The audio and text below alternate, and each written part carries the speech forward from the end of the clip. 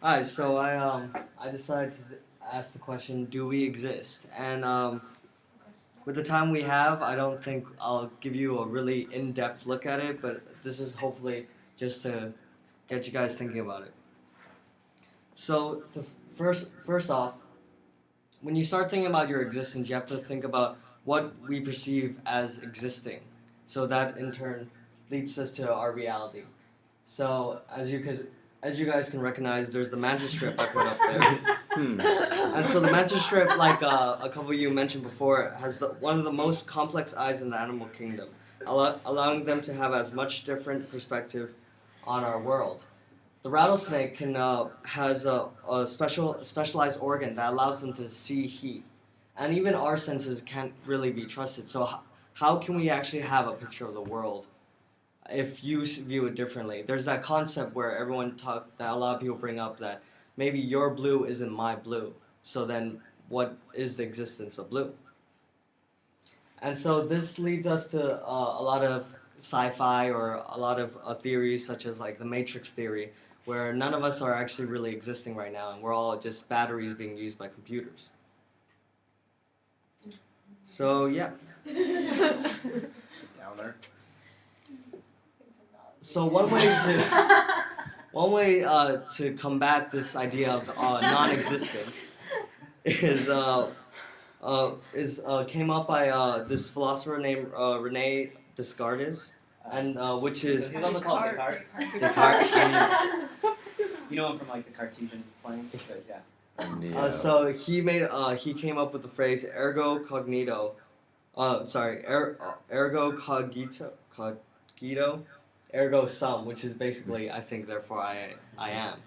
But as modern science starts to prove with a lot of mental disorders, this doesn't really work in some cases, especially in mental disorders like multiple personalities. Does that mean every personality believes that they exist? And what does that mean for that one person? Or there are even people who have the mental disorder of not believing they actually exist. Other things is, if you lived in the Matrix, what makes you say that you don't think you exist? Still doesn't really help you if you say that I think I exist. So, what is existence? There's two ways to look at existence. There's a narrow sense and a wide sense. So the idea of a wide sense is anything that has become come into existence does exist. So like here, I put in a character from Breaking Bad, Walter White. You guys watch that? So yeah, Walter White, we all know doesn't really exist. But in the idea of wide sense, the fact that he has been created, he has a essence. He comes into existence, and he has as much existence as Bruce Lee, who in narrow sense exists in all cases, and Walter White does not exist. So the difference between the two is fictional characters do exist in the wide sense, but not in the narrow sense. But it's kind of hard to separate the two because none of you have ever met Bruce Lee. You guys seen videos, but you've also seen videos of Walter White.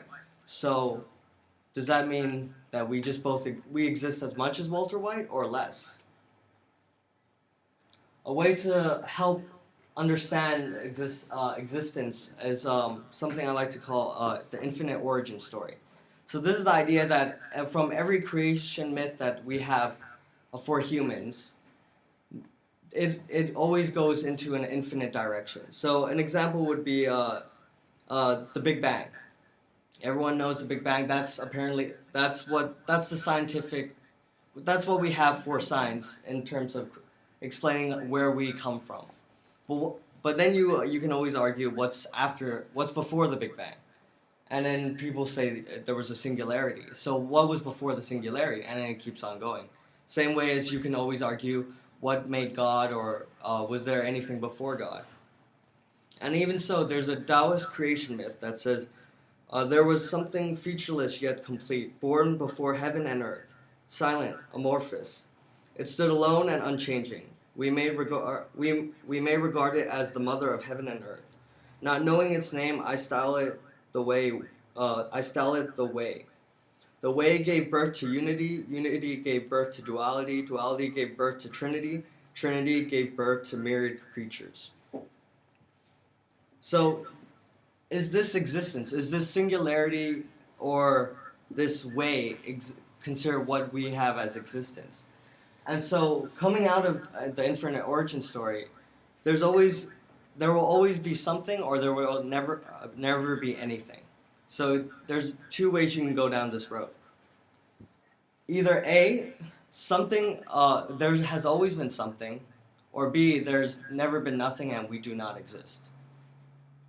The reason why nothing we can't come from nothingness is because something has to have made us come into existence. Therefore, nothingness has never existed before that, and there was existence.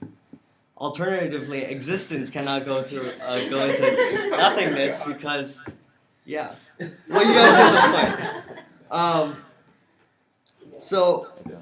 So in this way, there's either always something or there's always nothing, and so there's no way to prove if we do exist or not. And I just wanted to let you guys know this. I wanted to see if I can go into look at more philosophy and of different philosophers, see if they can help me out. But not really.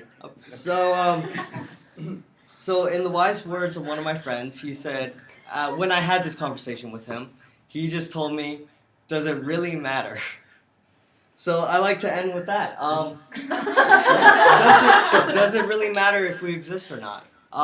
If we don't exist, what does that mean for us? Does it have to mean anything for us? Why don't we just continue living our lives and making the best of it? Thank you.